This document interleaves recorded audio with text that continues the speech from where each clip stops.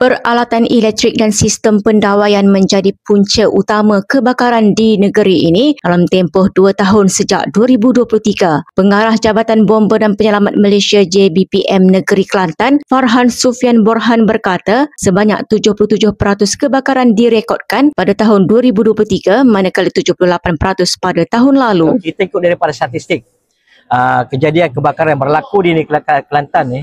Punca kebakaran yang tertinggi adalah berpunca daripada elektrik. Sebanyak 77 hingga 78% berlaku dalam tempoh 3 tahun ni. Dan ini amat merisaukan kami lah di dalam Jabatan Bomba ni.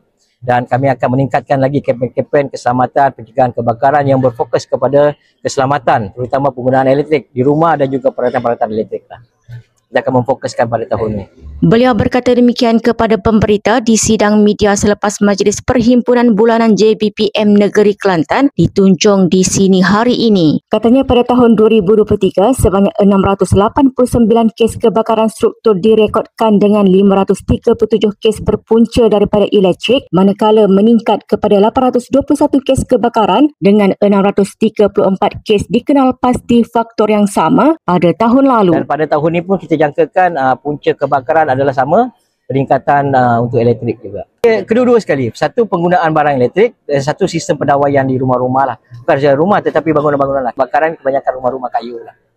Dalam pada itu, beliau turut menasihatkan masyarakat supaya menyemak dan memastikan sistem pendawaian dan peralatan elektrik yang digunakan di rumah diselenggara dengan baik, terutama bagi yang lebih 10 tahun. Dalam perkembangan lain, beliau berkata pihaknya menerima 4 unit pam air berkapasiti tinggi untuk membantu pemadaman pembakaran terbuka sebagai langkah persediaan berdepan kebakaran khususnya di Tanah Gambut. Katanya pam air yang diterima pada akhir tahun lalu sudah diagihkan kepada 4 balai yang menerima panggilan kebakaran tertinggi termasuk Balai Bomba dan Penyelamat BBP Bacok, BBP Pasir Putih, BBP Tanah Merah dan BBP Tunjung. Nik Nur Zakia Abdullah bersama juru kamera Izzah Zaki, Berita iMedical TV.